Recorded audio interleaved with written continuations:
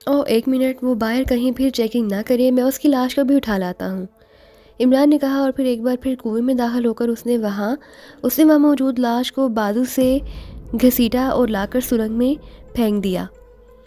اس کے ساتھ ہی اس نے حالانکہ دونوں سائڈوں پر ہاتھ کو اوپر سے نیچے تک پھیرا تو ایک سائڈ پر ایک اینٹ ابھری ہوئی محسوس ہوئی۔ اس نے اسے دبایا تو سرنگ کی تیز آواز کے ساتھ دیوار برابر ہو گئی۔ آؤ پہلے اس سرنگ سے نکلیں، عمران نے کہا اور مڑ کر آگے بڑھ گیا۔ سرنگ خاصی طویل ثابت ہوئی، لیکن آگے جا کر وہ اوپر کو چڑھتی ہوئی محسوس ہوئی۔ وہ اوپر چڑھتے گئے اور پھر کافی بلندی پر جا کر سرنگ کا اختتام ایک لوہے کے دروازے پر ہوا، جو بند تو تھا لیکن اس میں اتنی جھری بہرحال موجود تھی جسے یہ معلوم ہوتا تھا کہ یہ لاک نہیں ہے۔ عمران نے ہاتھ اٹھا کر اپنے ساتھیوں کو رکنے کا اشارہ کیا، پھر اس سے پہلے دروازے سے کان لگا دیے، لیکن دوسری طرف خاموشی تھی۔ عمران نے آہستہ سے دروازہ بند کیا، دوسری طرف جھانکا تو وہ ایک چھوٹا سا کمرہ تھا جو ہر قسم کے ساز و سامان سے خالی تھا، البتہ ایک طرف موجود دوسرا دروازہ پوری طرح کھلا ہوا تھا۔ عمران آگے بڑھ گیا۔ فنی وغیرہ ابھی تک لاشیں لے کر واپس نہیں لوٹے، اب تک آ جانا چاہیے تھا انہیں۔ ایک آواز عمران کو کھلے دروازے کی طرف سے سنائی دی، یہ آواز دروازے کی دائیں طرف سے سنائی دے رہی تھی، آ جائیں گے، یہ لاشیں ڈھونڈنا بھی بڑا مکرو کام ہے، میری تو طبیعت ہی خراب ہو جاتی ہے۔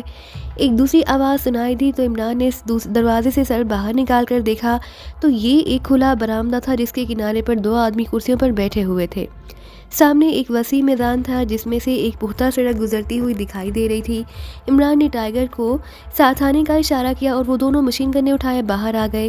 وہ دونوں انتہائی محتاط انداز میں قدم اٹھاتے آگے بڑھتے گئے، دونوں نے مشین گنوں کو نال سے پکڑ رکھا تھا۔ ارے! اچانک ان میں سے ایک آدمی نے جھٹکے سے گردن موڑتے ہوئے کہا۔ اس نے شاید ان کے احتیاط کے باوجود آہٹ سن لی۔ اس لمحے عمران کا بازو گھوما اور مشین گن کا بٹ پوری قوت سے اس آدمی کی کھوپڑی پر پڑا اور اس دھماکے اور اس آدمی کے چیخنے سے دوسرا آدمی ایک جھٹکے سے اٹھنے ہی لگا تھا کہ ٹائیگر کی مشین گن کے دستے نے اسے بھی کرسی پر ڈھیر کر دیا۔ انہیں اٹھا کر اندر لے جانا ہے، عمران نے ٹائیگر سے کہا، اور پھر دونوں نے مشین گنیں کاندھوں سے لٹکائیں اور بجلی کسی تیزی سے انہیں اٹھا کر دوڑتے ہوئے واپس کمرے میں آ گئے۔ انہیں سنبھالو، میں اس چھوٹی سی عمارت کو اچھی طرح چیک کر لوں، عمران نے کاندھے پر اٹھائے ہوئے بے ہوش آدمی کو نیچے فرش پر پھینکتے ہوئے کہا اور وہ دوبارہ باہر کی طرف لپک گیا۔ اب کمرے میں 3 آدمی بے ہوش پڑے تھے، ایک تو وہ جسے وہ کنویں سے اٹھا کر لائے تھے، دوسرے 2 برآمدے سے اٹھا کر لائے جانے والے آدمی تھے۔ تقریباً 5 منٹ بعد ہی عمران واپس آ گیا۔ عمارت خالی ہے، یہ اسی جھیل کنارے والی عمارت ہے جس کے درمیان وہ کنواں ہے۔ جھیل عقب میں ہے، اس کنویں والے کو ہوش میں لے آؤ تاکہ اس سے پوچھ گچھ کر کے آئندہ کے لیے کوئی پلاننگ کی جا سکے، عمران نے ٹائیگر کو کہا، اور ٹائیگر نے جھک کر اس آدمی کے ناک اور منہ دونوں ہاتھوں سے بند کر دیے۔ چند لمحوں بعد ہی اس کے جسم میں حرکت کے آثار پیدا ہوئے اور ٹائیگر پیچھے ہٹ گیا۔ باہر چیک کرتے رہو کہیں کوئی اچانک نہ آ جائے، عمران نے کہا، اور سارے ساتھی سوائے جولیا کے تیزی سے دروازے سے باہر نکل گئے۔ اسی لمحے اس آدمی کی آنکھیں ایک جھٹکے سے کھل گئیں۔ وہ چند لمحے تو لاشعوری کیفیت میں پڑا رہا، پھر اس نے تیزی سے اٹھنے کی کوشش کی، لیکن پاس پڑے عمران نے پیر اٹھا کر اس کی گردن پر مخصوص انداز میں رکھا اور پیر کو ذرا سے گھما دیا۔ اس آدمی کا اٹھنے کے لیے سمٹا ہوا جسم ایک 2 لمحے کے لیے تڑپا، پھر ساکت ہو گیا۔ پیر کو ہٹانے یا پکڑنے کے لیے اس کے دونوں اٹھتے ہوئے بازو بھی دھڑام سے نیچے گر گئے اور اس کے حلق سے بے اختیار ہرہراہٹ سے نکلنے لگی۔ بولو کیا نام ہے تمہارا؟ عمران نے لات کو معمولی سی حرکت دیتے ہوئے کہا۔ فنی نام ہے، میرا نام فنی ہے، 0 گروپ کا انچارج ہوں، فنی نے ڈرتے ہوئے لہجے میں رک کر جواب دیا۔ تم ہماری لاشیں کہاں لے جانے چاہتے تھے؟ بتا دیتا ہوں، پیر ہٹا دو، اس عذاب کو ہٹا لو، نہ جانے یہ کیسا عذاب ہے، انتہائی ہولناک عذاب۔ فنی کی حالت لمحہ بہ لمحہ بد سے بدتر ہوتی جا رہی تھی۔ اس نے رک کر اور ڈوبتے ہوئے لہجے میں کہا تو عمران نے پیر کو واپس گھما دیا اور پنجے کو بجائے فرش پر رکھی ہوئی ایڑی پر دباؤ ڈال دیا۔ اس کا نتیجہ یہ نکلا کہ فنی کے چہرے کی حالت تیزی سے نارمل ہونے لگ گئی۔ بولو، جواب دو، ورنہ اس بار ایک رکھ کچل دوں گا، عمران نے گراتے ہوئے کہا اور ساتھ ہی پیر کے پنجے کا دباؤ ذرا سا بڑھا دیا۔ نہیں، ایسا مت کرو، میں بتا دیتا ہوں، یہ دوزخ کا عذاب مجھ سے برداشت نہیں ہو سکتا۔ مادام بائر نے حکم دیا تھا کہ ہم ڈیپ روم سے لاشیں اٹھا کر 1130 کے انچارج زولان کو پہنچا دیں۔ زولان انہیں پاکیزائی سائنسدان کو دکھائے گا، ہم لاشیں اٹھانے اطمینان سے آئے تھے مگر۔ فنی بولتے رک گیا، لیکن 1130 اور پاکیزائی سائنسدان کا سن کر عمران کی آنکھوں میں چمک ابھر آئی۔ یہ 1130 کہاں ہے؟ پوری تفصیل بتاؤ۔ جزیرے کے شمال میں ڈراسم روڈ پر ہے، سرخ رنگ کی عمارت ہے، اس پر 11:30 کلب کا نیون سائن موجود ہے۔ یہ 11:30 ہے۔ وہ پاکستانی سائنسدان کہاں ہے؟ زولان جانتا ہوگا، میں نہیں جانتا۔ ہمارا اڈا راہون بار ہے جو آسون روڈ پر ہے۔ فنی نے جواب دیتے ہوئے کہا، تم کس چیز پر آئے تھے؟ جیپ پر، وہ عمارت کے پورچ میں کھڑی ہے۔ فنی نے جواب دیا تو عمران نے یکلہت پیر کو پوری قوت سے گھما دیا اور فنی کا بے حس و حرکت جسم تیزی سے ایک بار تڑپا، پھر ہر ہراہٹ کی تیز آوازوں کے ساتھ اس کی گردن ڈھلک گئی، آنکھیں اوپر کو چڑھ گئیں اور چہرہ بری طرح مسے ہو گیا، وہ ہلاک ہو چکا تھا۔ ساتھیوں کو بلاؤ، جلدی کرو، عمران نے مڑ کر سائڈ پر کھڑی جولیا سے کہا تو جولیا سر ہلاتی ہوئی کمرے سے باہر نکل گئی۔ عمران اس کے باہر جاتے ہی کاندھے سے مشین گن اتاری اور دوسرے لمحے اس نے باقی 2 بے ہوش آدمیوں کے سینے پر باری باری نال رکھ کر دل میں گولیاں اتار دی۔ اسی لمحے اس کے ساتھی اندر آ گئے۔ ان تینوں کو اٹھا کر جھیل میں پھینک دو تاکہ آدم اور مگر مچھوں کو کچھ خوراک بھی مل جائے اور ان کی وجہ سے کوئی شخص ہمارے متعلق بھی نہ جان سکے، عمران نے کہا اور باہر کی طرف چل پڑا۔ تنویر، ٹائیگر اور سبزہ نے ایک ایک لاش اس طرح اٹھائے کہ ان کے کپڑوں پر نہ پڑے، پھر وہ انہیں اٹھا کر باہر نکل گئے۔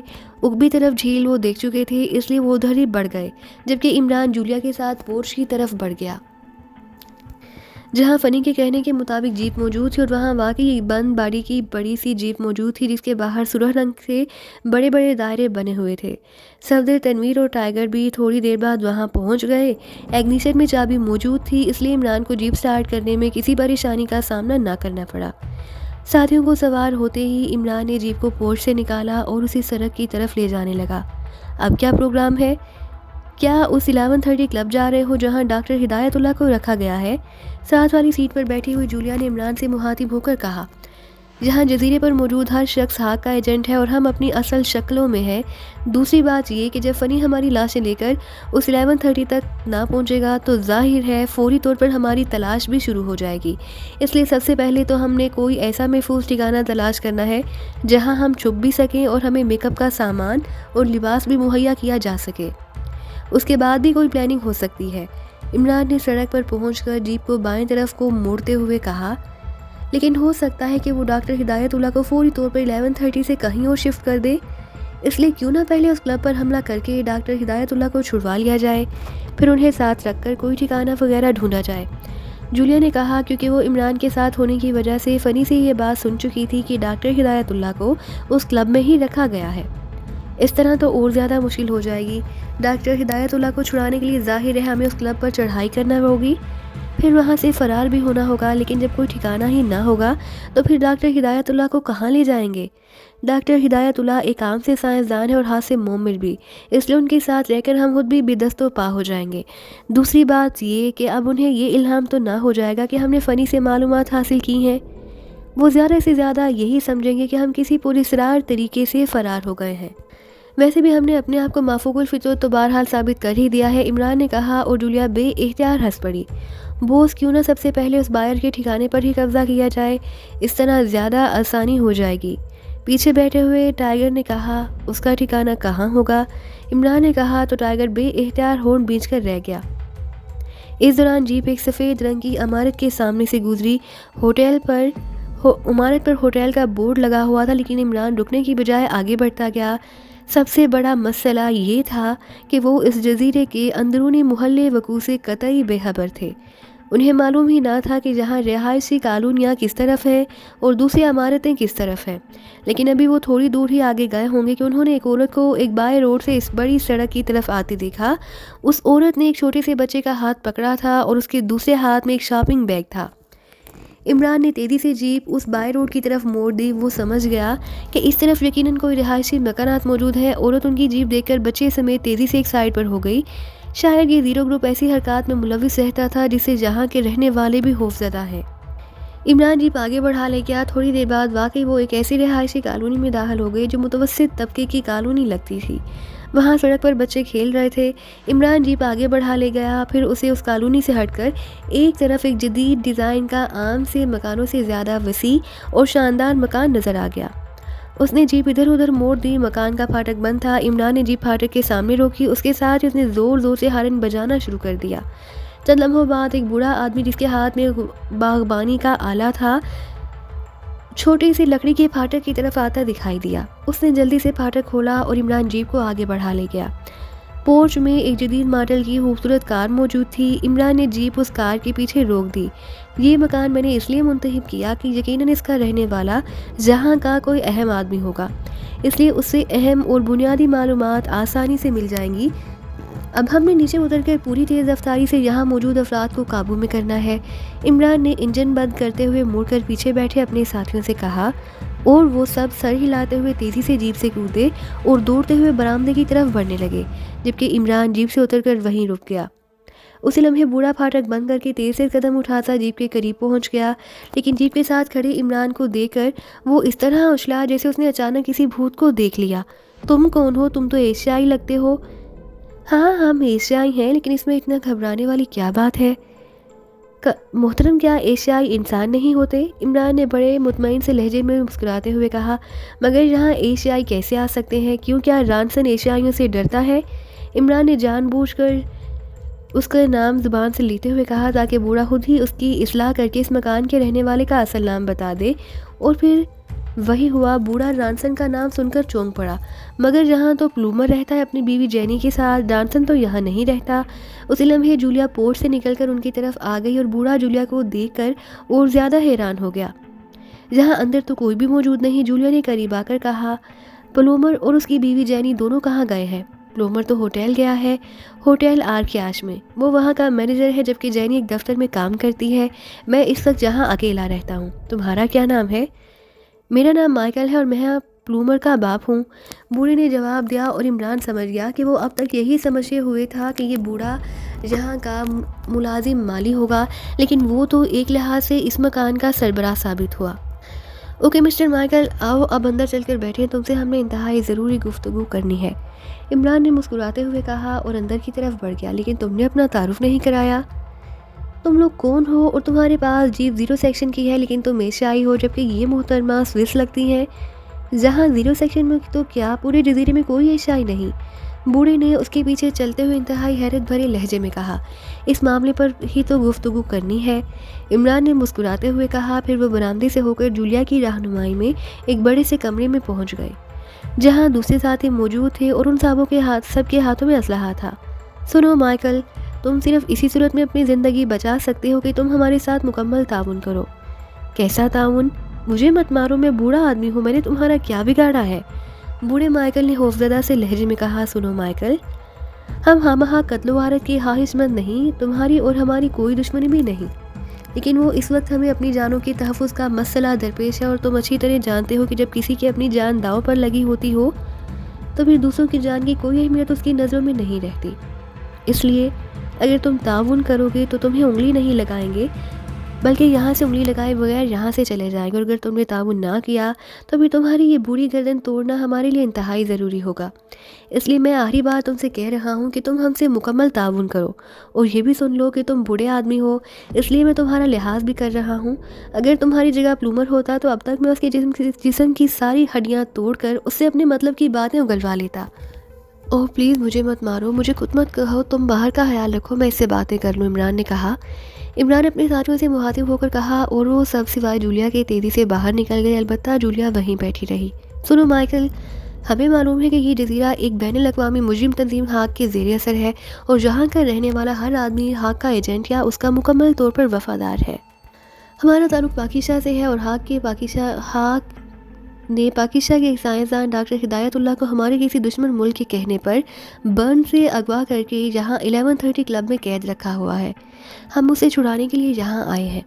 ہاک کی ایک ایجنٹ بائر نے ہمیں برن میں دھوکے میں رکھ کر بے ہوش کیا، پھر اس نے ہمیں جہاں گہرے کنویں میں جسے وہ ڈیپ روم کہتی ہے رکھ کر ہم پر آدم اور مگرمچھ چھوڑ دیے۔ ہم نے وہاں اپنی ذہانت کی وجہ سے بائر پر یہ ظاہر کر دیا کہ ہم ہلاک ہو چکے ہیں، جس پر بائر نے 0 سیکشن کے آدمیوں فنی اور اس کے ساتھیوں کو اس ڈیپ روم سے ہماری لاشیں اٹھا کر 1130 کلب میں اس سائنسدان کے سامنے لے جانے کا حکم دیا، لیکن فنی اور اس کے ساتھی ہمارے ہاتھوں مارے گئے۔ جیل پر موجود عمارت میں 2 آدمی موجود تھے، وہ بھی ہمارے ہاتھوں ہلاک ہو گئے، اور ہم فنی کی جیپ لے کر یہاں سے نکل پڑے۔ ہمیں معلوم ہے کہ جلد یا بدیر بائر تک یہ اطلاع پہنچ جائے گی کہ ہم فرار ہو چکے ہیں، اس لیے پورے جزیرے میں ہماری تلاش شروع ہو جائے گی۔ ہم نے تمہارا یہ مکان آبادی سے ہٹ کر بنا ہوا دیکھا تو ہم یہاں آ گئے. اب ہمیں فوری طور پر کوئی ایسا ٹھکانہ چاہیے جہاں ہم بائر اور زیرو سیکشن یا کسی اور کی نظروں سے بچ کر رہ سکیں. نمبر 2، ہمیں ضروری اسلحہ بھی درکار ہے، نئے لباسی اور میک اپ کا سامان بھی، تاکہ ہم 11:30 کلب پر حملہ کر کے ڈاکٹر ہدایت اللہ کو رہا کروا کر یہاں سے بحفاظت لے جا سکیں. یہ ہمارا مشن ہے. اب تم بولو، تم ہمارے ساتھ کیا تعاون کر سکتے ہو؟ عمران نے انتہائی سنجیدہ لہجے میں کہا. بوڑھا حیرت سے آنکھیں پھاڑے عمران کو دیکھتا رہا. اس کو دیکھنے کا انداز ایسا تھا جیسے اسے عمران کی باتوں پر یقین نہ آ رہا ہو. تم ڈیپ روم سے زندہ واپس آ گئے، یہ کیسے ممکن ہے؟ وہاں سے آج تک تو کوئی زندہ آدمی باہر نہیں آ سکا. بوڑھے مائیکل نے حیرت بھرے لہجے میں کہا. سنو، ہمارا وقت مت ضائع کرو اس طرح کی باتیں کر کے. جو کچھ میں نے کہا ہے اس کا جواب دو. عمران کا لہجہ اور زیادہ سخت ہو گیا. نوجوان، مجھے افسوس ہے کہ میں یا اس جزیرے پر رہنے والا کوئی بھی آدمی تمہاری مدد نہیں کر سکتا، اور تم چاہے جزیرے کے اندر سوراخ کر کے کیوں نہ چھپ جاؤ، ہاتھ کے آدمی تمہیں بہرحال ڈھونڈ نکالیں گے، کیونکہ یہاں ہر کمرشل عمارت کے اندر ایسے خفیہ کیمرے نصب ہیں جو ہر آدمی کی حرکات و سکنات کو ایک ماسٹر کمپیوٹر تک پہنچا دیتے ہیں اور وہ آدمی فوراً چیک ہو جاتا ہے. اس لیے جیسے ہی تم کمرشل عمارت میں داخل ہوگے، ماسٹر کمپیوٹر نے فوری طور پر تمہاری نشاندہی کر دینی ہے. اس کے بعد ہاکے ہونہار آدمی تم پر قیامت بن کر جھپٹ پڑیں گے. تم یہاں بھی زیادہ دیر تک چھپے نہیں رہ سکتے، کیونکہ تم زیرو سیکشن کی جیپ میں آئے ہو اور انہوں نے یہاں موجود ہر جیپ اور سواری کو چیک کرنے کا کوئی نہ کوئی پولیس رار سسٹم بنا رکھا ہے. بائر تو اینڈریو کی عورت ہے، ورنہ ہاک کا اصل سربراہ اینڈریو ہے. اب رہ گیا لباس، میک اپ کا سامان اور اسلحے کا سامان، تو یہاں تو تم تینوں میں سے کوئی چیز تمہیں نہیں مل سکتی، کیونکہ یہاں پلومر کے لباس ہوں گے اور تم میں سے کسی کا قد و قامت بھی پلومر جیسا نہیں. مائیکل نے جواب دیتے ہوئے کہا. اس کا مطلب ہے کہ ہمارا یہاں آنا بیکار ثابت ہوا. عمران نے منہ بناتے ہوئے کہا. میں اب کیا کہہ سکتا ہوں، مجبوری ہے. تمہارا بیٹا پلومر جس ہوٹل میں ملازم ہے وہ ہمیں وہاں تو چھپا سکتا ہے. آخر ہوٹل اجنبیوں کے لیے ہی تو بنائے جاتے ہیں، ورنہ یہاں کے رہنے والوں کے لیے ہوٹل بنانے کی کیا ضرورت ہے؟ عمران نے کہا، اور بوڑھا مائیکل بے اختیار ہنس پڑا. یہاں کوئی اجنبی آتا ہی نہیں، اور آئے بھی تو پھر زندہ واپس نہیں جا سکتا. باقی رہے یہاں کے ہوٹل، تو یہ شیطانی جزیرہ ہے. اینڈریو نے جہاں ہر قسم کے اخلاقیات کو جہاں کے رہنے والوں کی اپنی مرضی پر چھوڑا ہوا ہے، اس لیے یہاں کے ہوٹل صرف عیاشی کے کام آتے ہیں اور ان کا کوئی کرایہ بھی چارج نہیں کیا جاتا. جس کا جی چاہے اگر کوئی عورت رضامند ہو تو اسے لے کر زیادہ سے زیادہ ایک ہفتے تک کسی بھی ہوٹل میں رہ سکتا ہے. بوڑھے مائیکل نے جواب دیتے ہوئے کہا، اور ساتھ ہی بیٹھی ہوئی جولیا کے ہونٹ سختی سے بھیج گئے. تو کیا ہوا، یہاں شادیاں وغیرہ نہیں ہوتی؟ مگر تم تو جینی کو پلومر کی بیوی کہہ رہے ہو. عمران نے ہونٹ چباتے ہوئے کہا. میں نے بتایا کہ اخلاقیات ہر شخص کی اپنی مرضی پر منحصر ہے، اس لیے یہاں وہ لوگ بھی کثرت سے موجود ہیں جو اخلاقیات کی مکمل پابندی کرتے ہیں، اور ایسے بھی لوگ کثرت سے موجود ہیں جو پابندی نہیں کرتے. مائیکل نے جواب دیا، اور عمران نے اس طرح اس بات میں سر ہلا دیا جو اب اس کی سمجھ میں آ گئی ہو. اچھا، اتنا بتا دیں کہ کمرشل عمارتوں سے ہٹ کر کوئی ایسی عمارت ہے جہاں ایسے لوگ رہتے ہوں جن سے ہمیں ایسی چیزیں مہیا ہو سکیں؟ عمران نے کہا. تو مائیکل اس طرح ہونٹ چبانے لگا جیسے کوئی فیصلہ نہ کر پا رہا ہو. پھر اچانک اس کی آنکھوں میں چمک ابھر آئی جیسے وہ کسی فیصلے تک پہنچ گیا ہو. ہاں، صرف ایک جگہ ایسی ہے، اور وہ ہے البرٹ ہاؤس. اور یہ بات میں تمہیں صرف اس لیے بتا رہا ہوں کہ تم ایک اچھے مقصد کے لیے اپنی جانیں خطرے میں ڈال کر یہاں آئے ہو. گو میں کسی زمانے میں مجرم تھا، لیکن وہ زمانہ گزر چکا. یہاں کچھ عرصے پہلے ایک تنظیم ہوتی تھی، البرٹ 2 گروپ، جس کا سربراہ البرٹ 2 تھا.